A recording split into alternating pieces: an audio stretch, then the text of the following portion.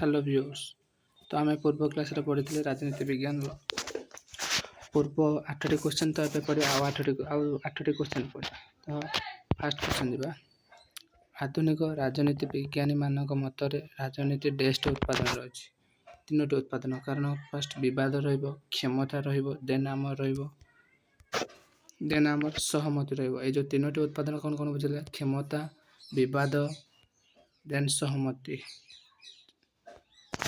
तो क्षमता संघर्ष होउची डैश बोली मत व्यक्त करते नावर मॉर्गनेट जे कि क्षमता क्षमता संघर्ष होउची राजनीति विज्ञान से बड़े अन्य मत देते बुक रे देखिए से सब अच्छी।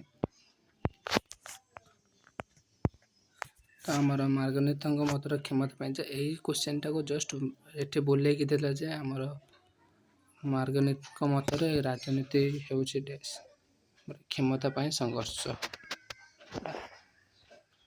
तापर क्वेश्चन कौन अरिस्टोटल मनुष्य को सामाजिक राजनैतिक प्राणी कहते कारण राजनैतिक प्राणी कहवा पूर्व से सामाजिक प्राणी बोली कहते कारण पॉलिटिकल पिला सब कौन सामाजिक विषय पढ़ता कि साइंस पे आमर प्राकृतिक परिवेश विषय पढ़ता। तो से राजनीतिक आमर मनुष्य गोटे राजनीति विज्ञान बोली कहले मनुष्य राजनीति विज्ञान सामाजिक विज्ञान जोटा कि आम सोशल साइंस बोली कहुए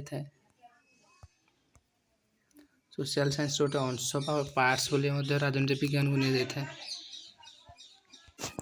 तो 13 नंबर क्वेश्चन देख डैश का मतलब मनुष्य हूँ एक सामाजिक प्राणी आम राजनैतिक प्राणी से सामाजिक प्राणी कहले राजनैतिक प्राणी कहले कारण अरिस्टोटल कहते। तो देन है तत्व जोटा ग्रीक शब्द क्योटा थियोरिस्ट थियोरी तत्वर इंग्लीश कौन थियोरी। तो ये आम थियोरीज रू आसी। तो ये जो आम तत्व शब्दटा थियोरी शब्दर अर्थ हो कौन ग्रीक शब्द जेहेतु आसी अर्थ हूँ कौन गोटे विषय गभीर ज्ञान बा समीक्ष सिद्धांत उपनीत हाँ कौन गोटे विषय आम गभीर ज्ञान कि सिद्धांत उपनीत होगा थियोरी कहुए। तो ये आम जब सर्टकट्रे लिखा कौन तत्व बा थियोरी लिखा ये थियोरी कौटू आसी ना ग्रीक तार मीनिंग कौन कौन विषय गोटे समीक्षक ज्ञान सिद्धांत उपनीत समीक्षक भाव में कौन गोटे गभीर ज्ञान जे तुमको कौन विषय पचरा है तुम से विषय जब न जानता कौन तुम विषय एनसर दे पार से तत्वटा। तो राजनीति एक डैश विज्ञान मुझे संगे कहती ना राजनीति एक सामाजिक विज्ञान बोली। तो से विषय राजनीति एक सामाजिक विज्ञान अरिस्टोटल भी कहते मनुष्य एक राजनीतिक प्राणी हेल्ले तो सामाजिक विज्ञान हो गला। तो पारंपरिक राजनैतिक तत्वर मुख्य उद्देश्य होची आदर्श राष्ट्र गठन आदर्श राष्ट्र थी गठन कर आम पारंपरिक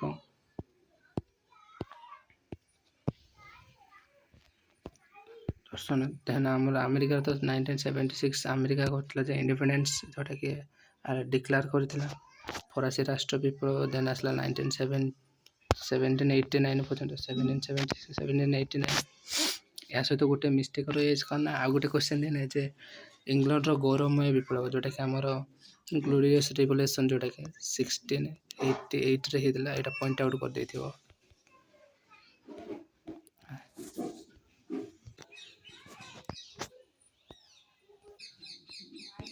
डाविड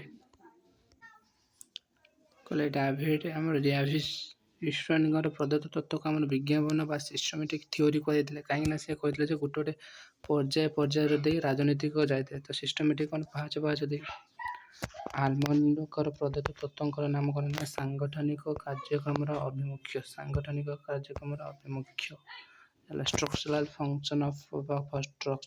फंक्शनल अप्रोचेस।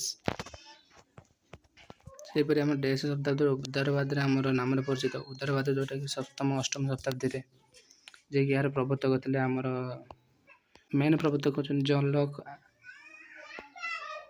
देखिए यार फाउंडर भाव में परिचित।